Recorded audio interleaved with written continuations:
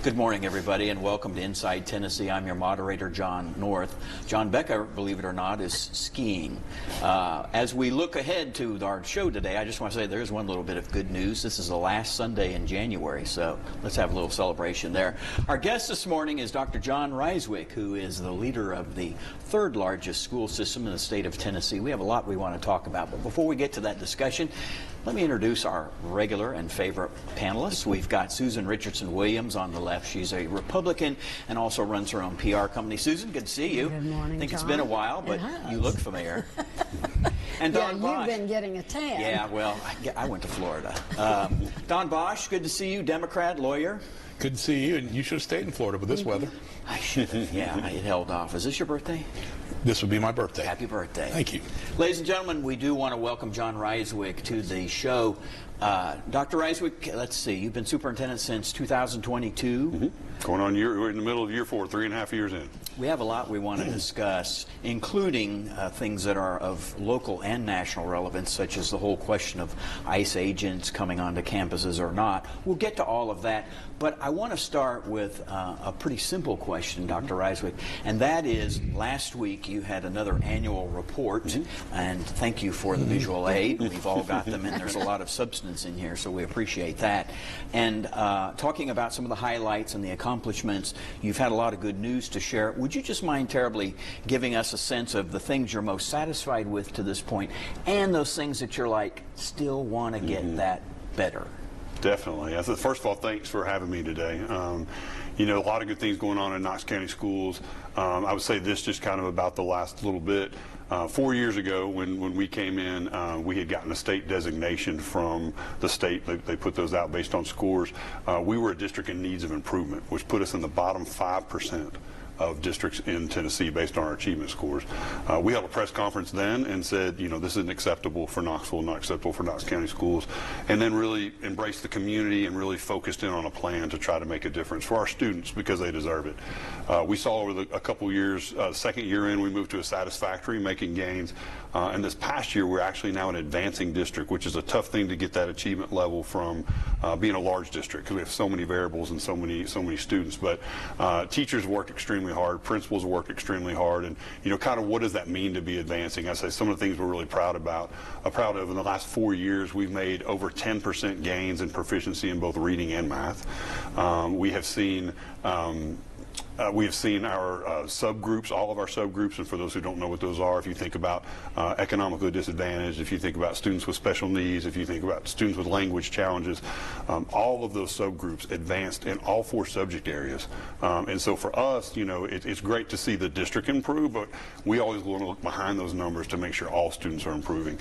In our center city, our schools that have had probably the most inconsistent performance over time, we have 13 of those schools. 11 of those 13 were TVOS growth, which is a big measurement of a 3, 4, or 5 last year. So again, we think because of the efforts of our teachers and our principals, really focusing in on the things they can control and making sure reading and math is getting every student prepared for life after graduation. We've made a huge dent in that. And to your point, there's still things we want to work on. We solved a lot around teacher retention and vacancy. The last 2 years, we've started the year of, we have over 4,900 teachers. We've had under 10 vacancies to start those schools. It is.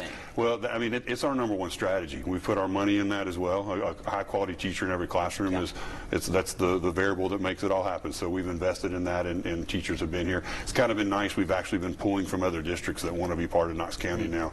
That's a reverse trend for us too, which has been great. I talked to a veteran at church on Sunday. Moved here from New Jersey, and you know, just wanted to stop me and say, you know, everything we're doing is amazing.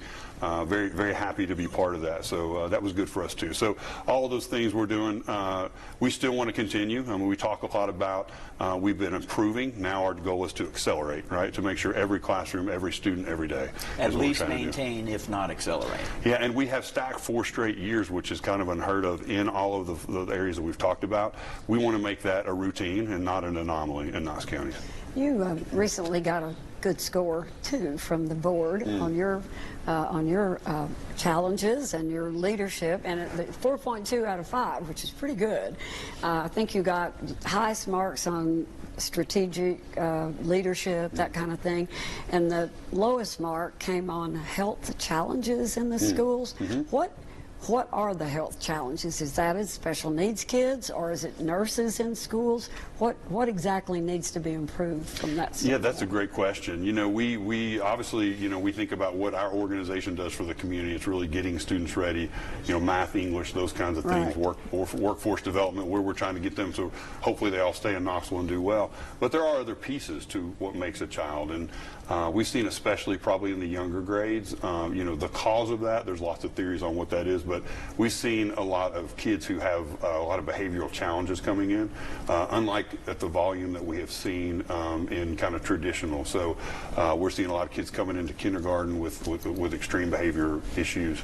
Is it ADHD, that kind of stuff? Yeah, you know, it's hard because I don't know. There's, you know, there's a lot of theories that some of it may be, you know, some drug-related things. There's some that, you know, it's just like we don't know the answer to all those, and we can't always crack that. But what we try to do is we have to change the way we think about behavioral management and positive reinforcement, having the proper interventions. We have a lot of behavioral liaisons now that serve those roles. So I think that's probably what we're hearing most, probably the younger kids and the behaviors there we have to get on top of before we can learn to read and do math and those sorts of things. So much of the help that school boards receive, and school boards like Knox County, has come from the Department of Education and come federally down, whether it's with IEP programs, kids with challenges that go to school.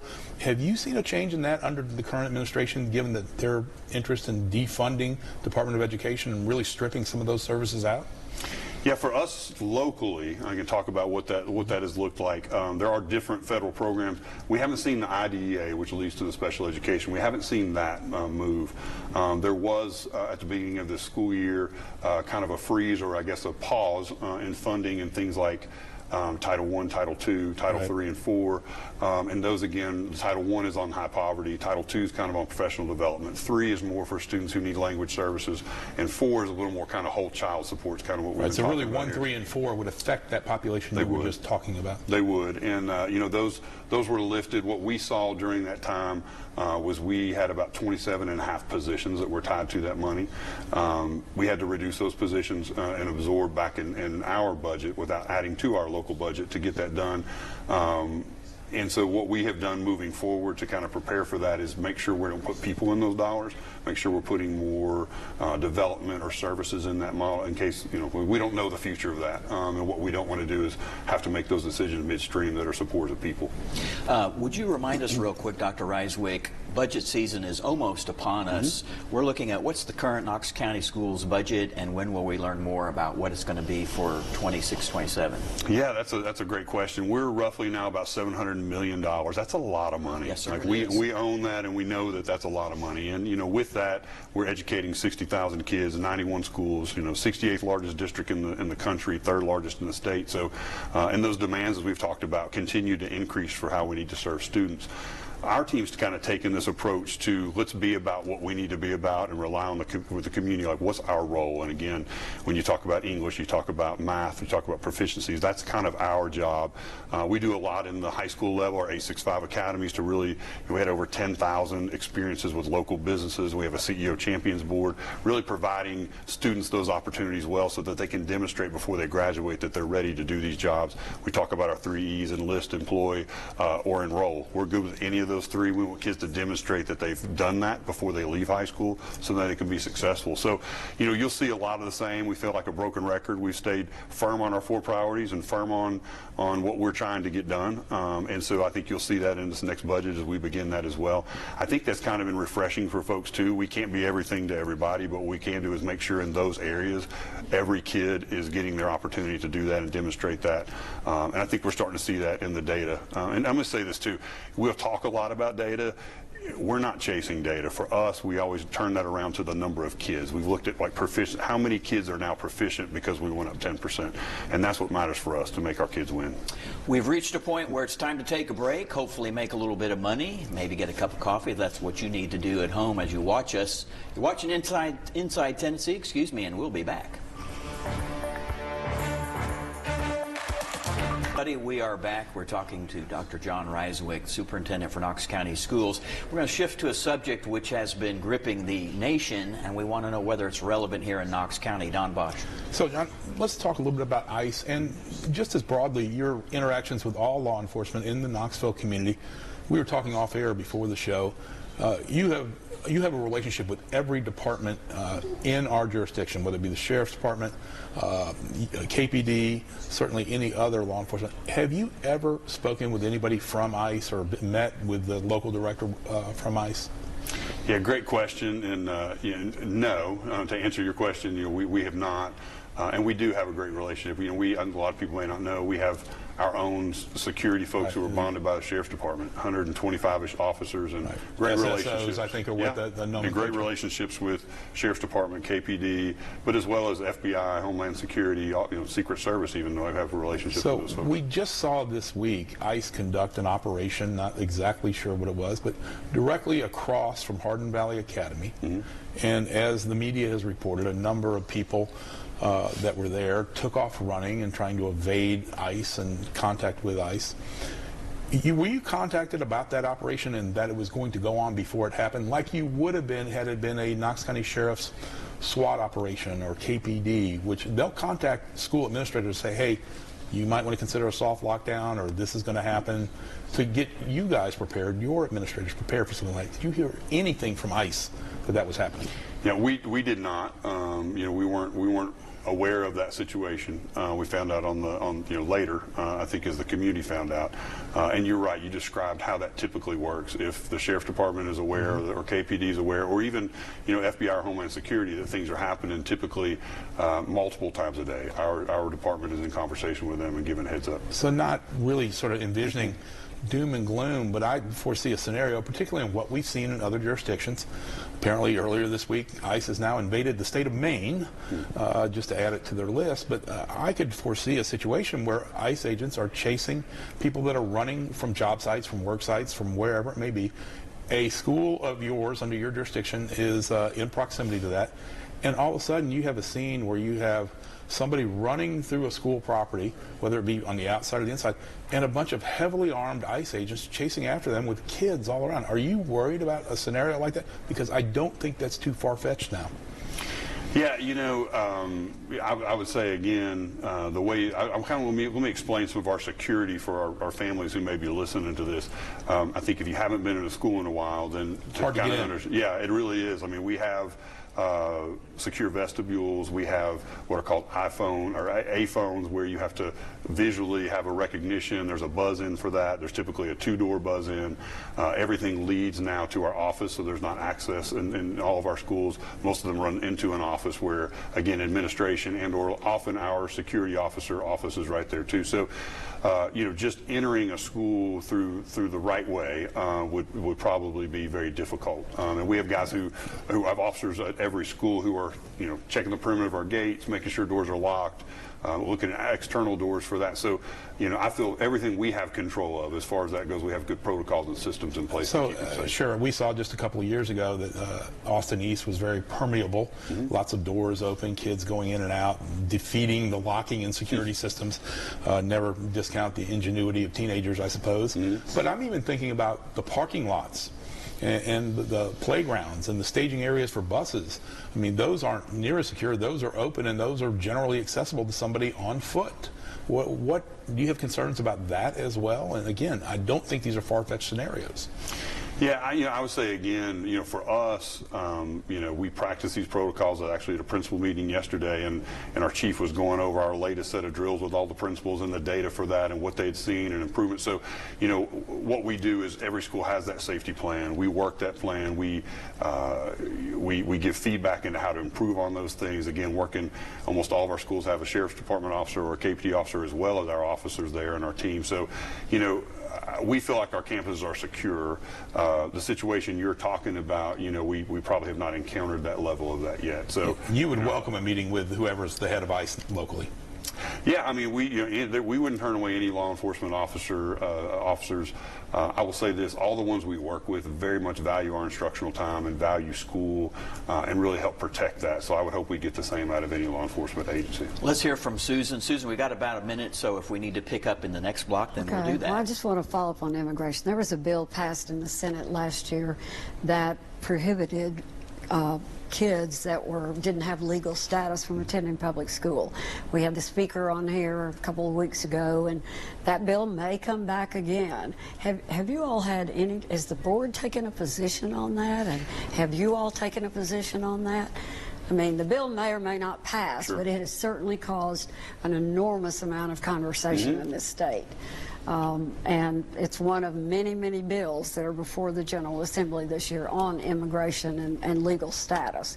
So just curious if there's been discussion about that in our school system. And if this is going to take a while, we might come back from a break to answer it. But go ahead. Okay, yeah. Go for it. Great question. And I'll say as an educator first, I've never met anyone who received education and wasn't better off for it. And currently, we educate every student who comes to Knox County schools. We don't track immigration status. You have a constitutional mandate to do that, correct? Right. Correct. And you know, so we don't track those things. We're not been required by law to track those.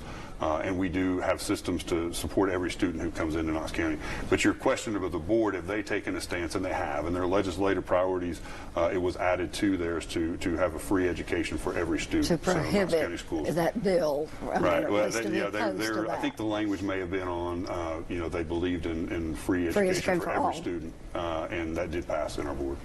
We are going to take another break, but we are not done talking to Dr. John Rysewyk. We've got a little bit more to come, so we don't want you to go away. You're watching Inside Tennessee.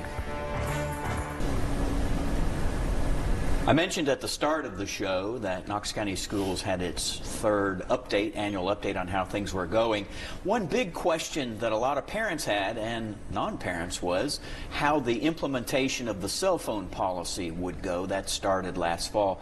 Susan, you're going to ask that question or something related to that. I think John did, but it's your question. But I was going to. Yeah, I am really curious about that. I have a senior grandson that's a senior in Bearden High, and somehow 22-1 basketball team at that. Pretty darn good. Right. We need to do a story Good about the Bearden High School basketball team. But I do get texts from him occasionally. So what is the policy? They're supposed to take them up in the mornings, right? And they can have them at lunch. And then they don't supposedly get them again until the end of the day, right? Is that working? Has that made a difference in student, you know, focus on their academics as opposed to being on their phones the whole time? It's a great question, and so kind of the genesis of it was started with the legislators making that a policy that needed to be created by every board. Our board actually, the policy or the legislators put that it couldn't be used during instructional time. Our board actually worked a lot with our principals to kind of think through that and say, you know, you can have it this 5 minutes, you can't have it the next, could be difficult. So they kind of said, start of the school day, you can have it coming in, doing all those things, but once instructional time starts, they're put away. You can use them again after the 2:45 or 3:30 bell. But they just put them like in their backpacks, there's no place. Correct. They have to be put away. They you know, one, those are very expensive machines, right. And us handling all that. I don't think you want to be responsible. No, and plus you have, you know, our administrators are doing a lot instructionally, and right. You know, we don't want to spend all of our time just managing that happens in the hallway. So I don't have hard data on it. I have stories. You know, in some cases we've talked. Principals have reported, you know, kids interacting more together, having more conversations that way. Instructional time, we kind of always had where it was up to the teacher prior to that on policy, whether they could be used or not. Now that we have one-to-one technology and everyone has a Chromebook, there's probably less a need to use it for that. But, you know, again, we don't have any data yet on what the outcomes may be for that. Just a lot of kind of anecdotal stories that it's been good. I think our principals have used good judgment. You know, they haven't dropped the hammer on everything. Right. It's a lot of warnings to put that away and do those sorts of things. But I think, you know, to date, it seems like it's working pretty well. One thing I wondered about that was the potential punishments were sort of set in the policy, which I think you can read online. One was, we're going to take it away from you for whatever amount of time. one of the more extremes was suspensions. Do you know if you've had to suspend any students because of the cell phone usage? I don't know exactly, but typically how that works is, there are some things we do suspensions that are you had a fight, right? You brought something to school you shouldn't have brought to school. But the way this one works in the cell phone is most of them are kind of like minor, more, take it away, hold it, that sort of thing. Where it would get to suspension would be like a kind of just a flat-out denial of school rules. It would probably take a couple weeks or months to get to that level, and we have to be very intentional. It's not anywhere near like second strike and that happens. It's pretty far down the road. John, 30 seconds. Yeah. Plug your salary improvements for teachers, what you've done and where it's going. It's our #1 strategy. Great question. We can't brag about our teachers enough. We had a true up that we've invested $121 million in the last 4 years in salaries and benefits for our teachers. We'll do another market value study in 2028 comparing us with 20 districts. Our goal is every year we're making budget decisions to create that gap so we can close that gap again in 2028. And it's working. People are coming here and we're doing amazing things, but it's all because of what our teachers do every day. Dr. John Rysewyk, we always appreciate you coming around. You make yourself available. It's much appreciated. Folks, can they access this in any way other than this hard copy, which is, by the way I have appreciated it. Well, people like to read I'm with paper. you. I do the same thing. So yeah, it will be on our website as well. We'll continue in the coming weeks to get that out to the public as well. Terrific, and we'll talk to you again. All right, we got to take another break, but when we come back, so much to talk about in politics. Where do we start? Well, we got a couple minutes. We'll see you quickly here.